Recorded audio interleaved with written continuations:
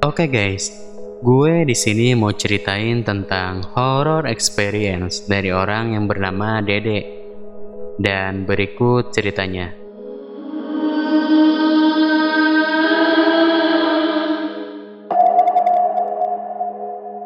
Ini terjadi pada saat pas gue masih duduk di bangku sekolah. Pada saat itu, gue mau ngejemput bapak sama paman gue.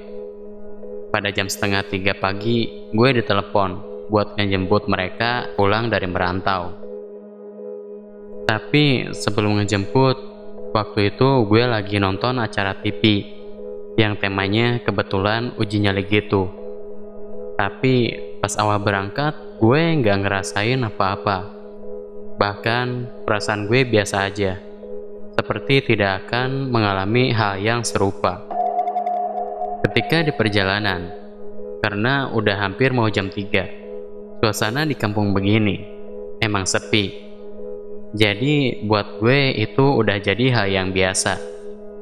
Pas belok ke jalan besar, suasananya masih tetap sama. Dan pada saat itu kebetulan sekitar 30 meteran ada pengendara motor lain di belakang gue. Tidak lama setelah itu, baru jalan 30 meteran, terlihat sesuatu yang aneh di depan gue.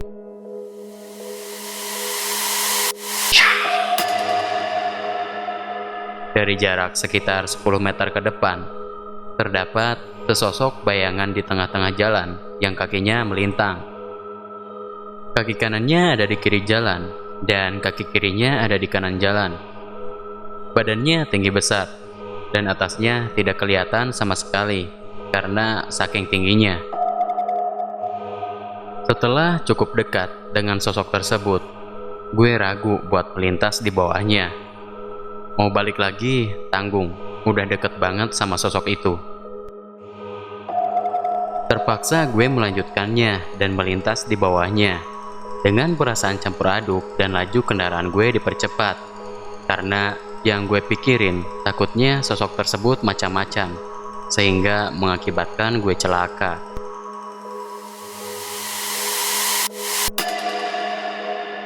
Setelah lumayan cukup jauh dari tempat sosok itu berada, gue membelankan laju kendaraan.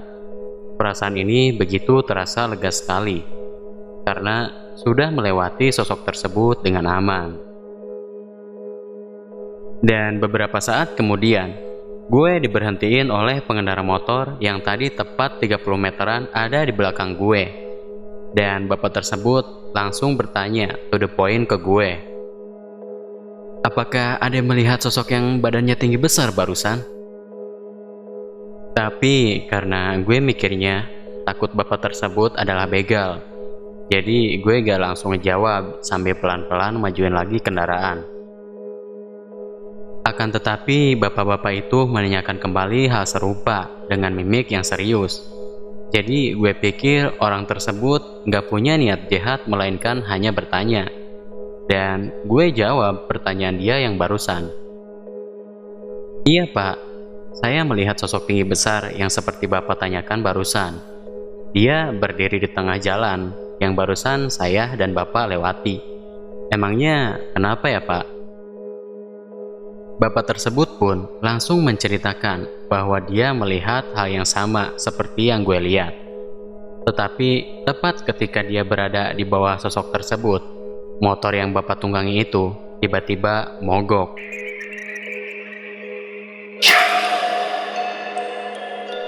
Dengan perasaan takut, bapak tersebut maksain diri buat ngedorong motornya yang mogok. Dan setelah agak jauh dari sosok tersebut, bapak itu mencoba menyelah motornya. Dan alhamdulillah, motornya bisa hidup kembali. Dan langsung nyusul gue yang pada saat itu sedang memelankan laju kendaraan. Setiba di titik lokasi jemput, gue menceritakan apa yang barusan gue alamin ke bapak gue dan paman gue.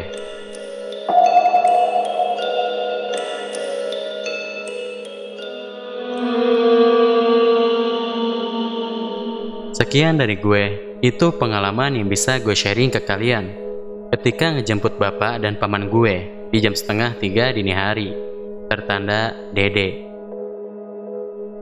Jadi menurut gue, meskipun firasat lo baik-baik aja, belum tentu perjalanan lo akan semulus firasat yang lo punya.